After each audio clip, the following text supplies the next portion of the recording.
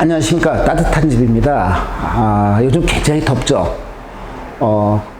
근데 저도 이렇게 유튜브 촬영할 시간이 마땅치가 않네요. 왜 그러냐면 저희들이 이제 인터넷이나 방송을 보고 문의를 하시는 분들이 직원들을 보내준다 그러면 도무지 안 된답니다. 집 쪽으로 합니다. 그래서 제가 상담을 많이 다니다 보니까 또 이제 맞춤형으로 그 집에 샤시를 제안해드리고 하다 보니까 이게 영 유튜브 쓸 시간이 마땅치가 않네요. 그래서 오늘은 이 창문을 설계하는 데 있어서 창문을 분할하는 방식에 대해서 좀 설명을 드릴까 합니다. 창문을 분할하는 데 있어서 가장 중요한 부분은 그 집하고 창의 용도와 또 그 집의 환기 이런 부분은 꼭 체크를 하고 설계를 해야 한다는 이야기죠.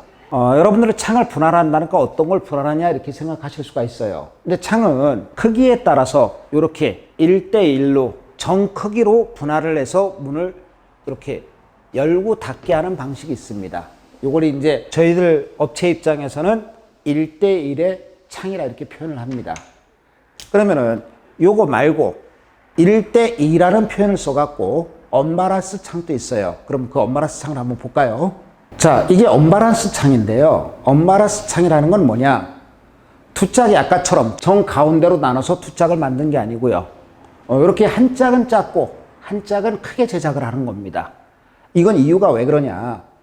세 짝문을 내기도 어렵고 그렇다고 정 두 짝을 내자니 창이 무거워서 여는데도 불편하고 닫는데도 불편하다는 이야기죠. 요럴 경우는 이렇게 언바란스로 제작을 해드립니다. 이 언바란스는 주로 큰 짐이나 이런 거 안 들어오고 통로상으로 많이 쓰는 거실 분합, 거실에서 발코니 나가는 창에 주로 많이 제작을 하고 있어요.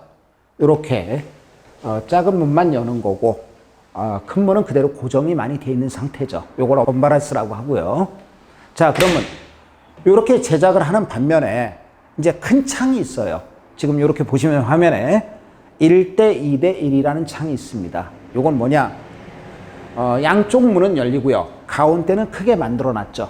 그래서 양쪽 문을 개폐해서 양쪽으로 쓸 수가 있고요. 또 큰 물건이나 짐이 들어올 때는 문을 한쪽으로 밀어서 절반이 열게끔 그렇게 제작을 하는 겁니다. 그러면 자, 1대1 또는 1대2, 1대2대1의 문까지는 설명을 드렸어요. 그러면 인면 분할이라는 창도 있습니다. 그거에 대해서 한번 설명드릴게요. 자, 요거는 인면 분할 창이라고 하는 건데요. 지금 아까처럼 절반 또는 폭을 갖다가 줄인 게 아니고 요거는 위아래도 이렇게 줄여놓은 겁니다. 그러면 밑에는 주로 픽스 창을 이용해서 고정 창이죠. 그래서 이제 요런 인면 분할 창은 이제 저번에도 설명드렸듯이 주로 1층에 사시는 분 또는 복합 아파트, 상가 아파트 이런 데서 좀 전망을 좀 좋게 하기 위해서 이렇게 인면 분할 창을 쓰는 경우도 있고요. 아이들이 있는 집, 요게 이제 난간대 역할을 하기 때문에 이렇게 쓰는 경우도 있습니다. 그래서 바깥쪽은 인면 분할을 하고 안쪽은 이렇게 미닫이로 또 통으로 이렇게 제작을 할 수도 있어서 사용의 편리성을 여러 용도로 쓸 수 있게끔 이렇게 제작을 한 거고요. 자, 지금까지는 인면 분할 이런 거에 대해서 설명을 드렸는데 요즘 이제 이런 방식도 쓰고 있습니다. 여기에 픽스 창을 넣고 위에는 PJ 창이라고 해서 45도 정도만 열리게 하는 창도 쓰고 있어요. 요거는 주로 어떤 경우에 쓰느냐? 이제 세탁실이나 또는 다용도실. 여러분들이 옛날 학교에 가면 이렇게 나이 드신 분들은 학창 시절에 초등학교 이렇게 학교에 가보면 반만 열리는 창이 있었죠. 45도만. 그렇게 해서 아래는 PJ를 두고 위에는 이제 픽스 창. 반대로 위에는 픽스 창, 아래는 PJ 창 이렇게 두기도 합니다. 자, 지금까지는 제가 창을 분할하는 방식에 대해서 설명을 드렸어요. 근데 가장 핵심은 제가 오늘 설명하고자 하는 핵심은 창을 어느 쪽을 개폐를 하게끔 해주느냐가 환기에 굉장히 중요하다는 말씀을 드리고자 해요. 창을 다는 가장 큰 이유는 외부와 차단을 하는 효과도 있지만 또 하나는 열면서 환기를 목적으로 하는 경우도 있습니다. 근데 이제 여러분들이 창을 어느 쪽 방향으로 열게 해주느냐는 굉장히 중요하다고 말씀드릴게요. 무슨 말이냐? 대부분 우리나라 아파트는 요 지금 그림에 보이듯이 앞쪽에 베란다가 있고 그 다음에 뒤쪽에 뒷베란다가 있어요. 그 사이에 거의 다 주방이 차지하고 있습니다.